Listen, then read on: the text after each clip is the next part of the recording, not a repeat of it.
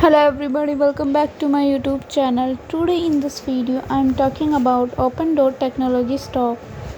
In this video we talk about stock pros and cons and technical analysis and latest news about it.